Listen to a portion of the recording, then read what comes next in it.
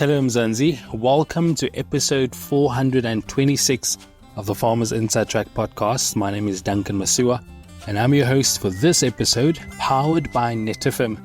Now in this episode, we're diving deep into the world of tree crop irrigation and management practices. As our climate changes and water resources become more precious, the need for precision in tree crop irrigation has never been more critical. Here to break this down for us is Charl van Reenen, Agronomy Manager at Netafim. Charl, welcome to Farmers Inside Track. It's lovely having you here.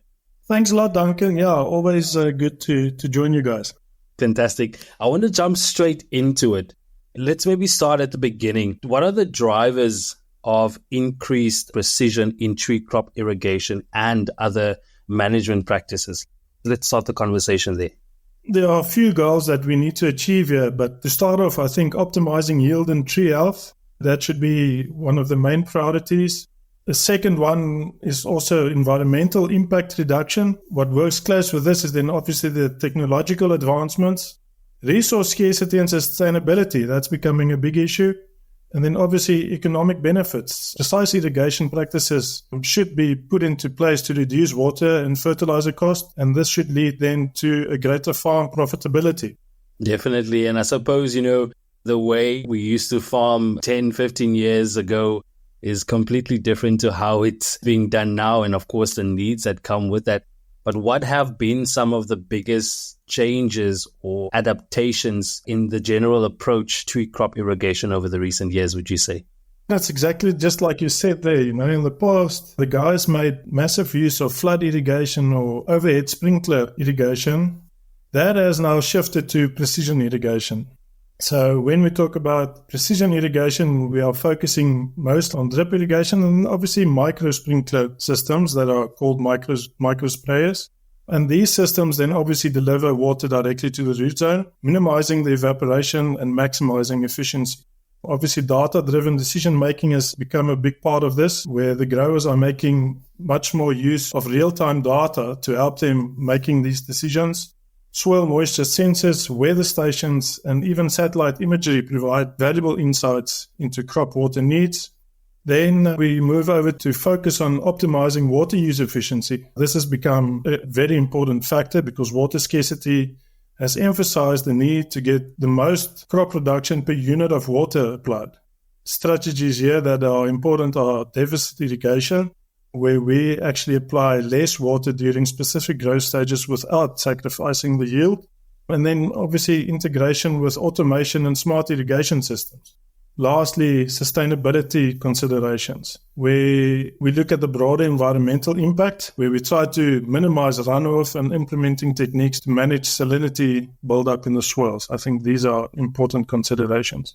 Charl, I suppose you touched on the next part of my question, and I'm not sure whether this would be a fair question to ask, but what are the most efficient irrigation methods for tree crops in terms of water usage and cost effectiveness?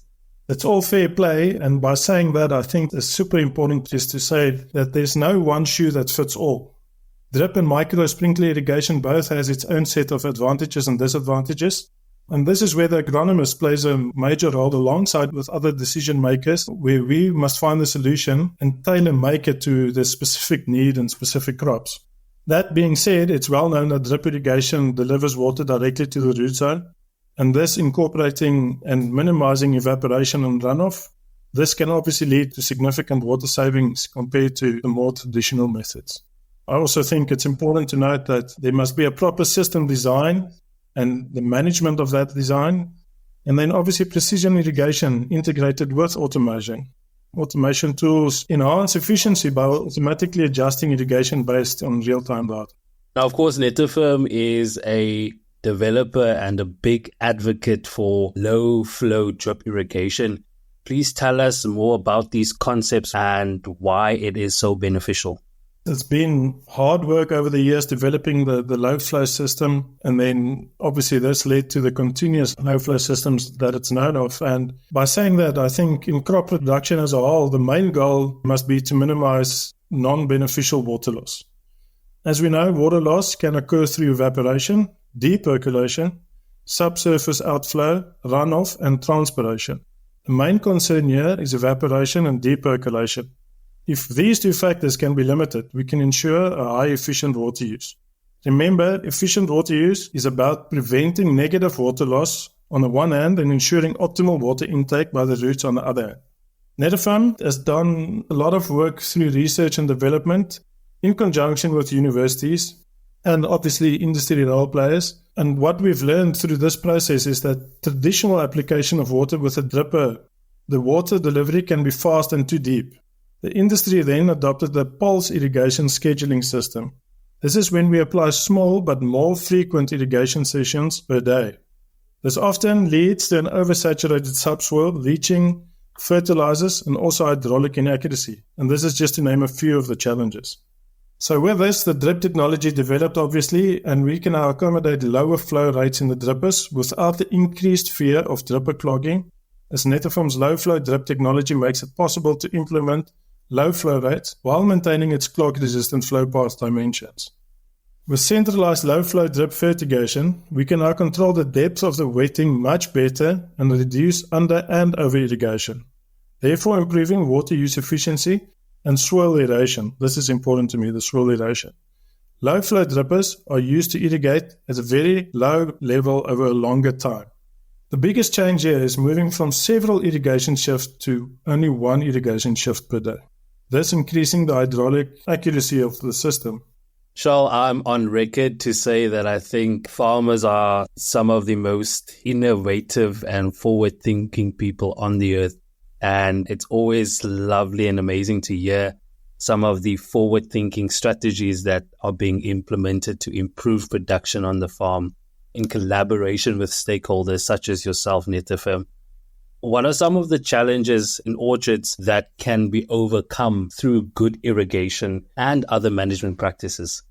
Duncan, once again, there are a few things that we can do here and that we need to focus on. Water stress obviously can lead to a reduced yield.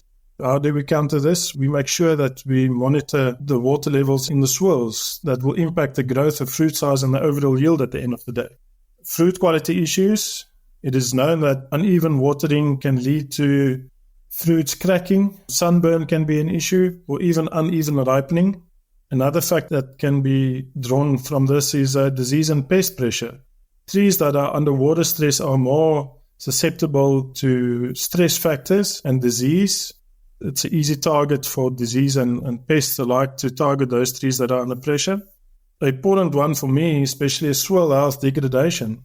Inefficient irrigation can lead to soil erosion for sure, nutrient leaching, and even soil compaction over time. And then obviously inefficient resource use. Water is becoming a scarce resource, and we surely must do everything in our hands to conserve this and look after this resource better. Definitely. But what about farmers that farm in drought-stricken areas? Some of the country's farmers are faced with below normal rainfall patterns. What strategies can be employed to manage irrigation during drought periods to ensure tree health and minimize losses? We are seeing more and more of this in recent years with very climatic conditions that are arising. And then obviously there are a few strategies that we can follow. I would say number one is maximize the irrigation system's efficiency. Check for water leaks through the system and ensure that the system operates like it should. Do the maintenance that the system requires. Even consider upgrading to more efficient irrigation methods like making use of optimization and real-time data to help you make these decisions when to irrigate. To monitor your soil moisture closely, this is a no-brainer. Here we can avoid overwatering, especially when we have less water, and use that water more efficiently. We can employ drought-tolerant practices. Something that pops into my head is now making use of mulch. We all know that mulch conserves water, and this reduces the effect of evaporation. So do these practices to safeguard what you are producing and keeping yourself more resilient. When it gets to the point where you need to make a decision on what blocks to irrigate and what blocks not to irrigate, focus on the crops that you know will ensure a good harvest and keep the farm profitable, instead of watering fields or blocks that are under other stresses.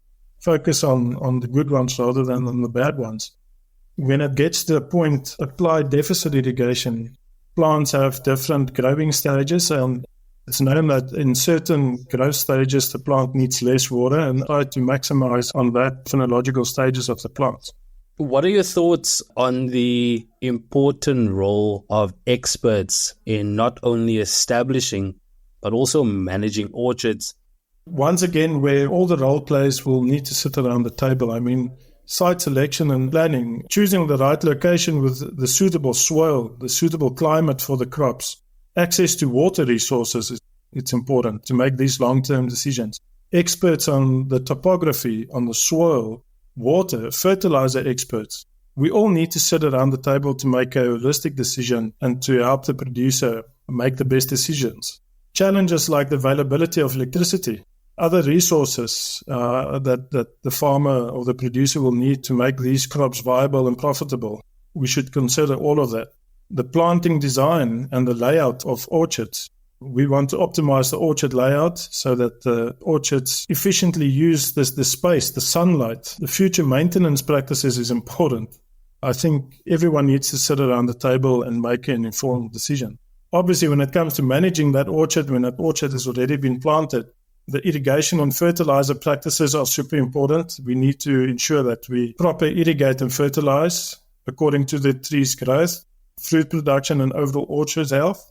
Agronomists, with the help of irrigation designers, design efficient systems that can create the optimal use of the water and the fertilizers applied. Pest and disease management, there's a lot that can be said about that. Best practices of the crops. Things that come up here is pruning and the specific training of that crop that you're planting. And then obviously harvesting and post-harvest handling. It's a crucial part in the chain that adds value, and all of these needs to fall into place for the farmer or the producer to be as efficient and sustainable as possible. I suppose it all comes back to going back to the basics, implementing the basic strategies when it comes to crop irrigation and management. We've seen a lot of innovation over the past decade when it comes to tree crop irrigation and management. If I had to ask you, Charl, to look into your crystal ball, and I'm not sure if agronomists have crystal balls, but where do you see tree crop irrigation practices going in the future? At this stage, I don't know of an agronomist with a crystal ball, but if you do, please let me know. I would love to. It's exciting, and that's what makes irrigation so dynamic. The role of an agronomist is so important. If I had the chance to look into a crystal ball that would be able to tell me, I think advanced automation with smart irrigation systems, that's the way to go. We need to integrate sensors and data. The sensor technology is definitely on an uprise, and that incorporates with the irrigation systems in time. I'm sure this will happen.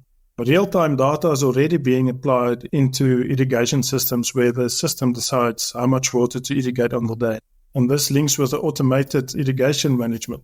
There's fancy algorithms out there that analyzes all the sensor data and all the historical trends. And these all come together to predict irrigation needs and automatically adjust watering schemes in real time. This is not too far into the future. It's already happening. Obviously, the continued rise of precision irrigation methods, subsurface drip irrigation jumps up here, Drip irrigation is already efficient, but we can even make it more efficient with subsoil irrigation. Tailoring irrigation designs to specific challenges within a farm, where we can address specific challenges with a specific design system. Increased focus on sustainability, water reuse and recycling. Countries that are water restricted already make use of this. Why not should we already start making use of technology like this? Obviously, salinity management. Irrigation practices will be tailored to manage salinity buildup in the soils, ensuring the long-term sustainability and productivity of soils. It's major things here. The role of irrigation agronomist, if we just think about the role that we need to play, yeah, sure, automation will play a big role, but the agronomist will be implementing these advanced systems. We will be interpreting all the data and make informed decisions for producers. And we are the guys that ensure that the systems are running efficiently and meeting the needs of the crops. And then obviously climate change adaptation. That's the last thing that I'm going to mention now. But we need to adapt to the climate change. We're already seeing changes in the climate, and we will need to look at crops that are more resilient to certain climate changes, more resilient to less water and warmer temperatures. So it's complicated, but I like to not overcomplicate things. So please give me that crystal ball. I love that. Thanks for joining us, Charl van Reenen, Agronomy Manager at Netafim. You can, of course, read more on this topic by visiting www.foodformzansi.co.za. Remember to subscribe to our podcast on your favorite platform so you never miss any of the episodes. From me, Duncan Masiwa, our technical producer, Megan van der Vent, and the rest of #Team Foodformzansi, thanks for listening. Life in South Africa can be a lot. I mean, scroll through Twitter for a minute and tell me I'm wrong. Thank God for South Africans though, right? We're inspiring, and even on the bad days, we fight back with a smile. That's why I love Foodformzansi so much. They're not ashamed to celebrate the ordinary unsung heroes who work every day to put food on our nation's tables. Go to foodformzansi.co.za and never miss an inspiring story.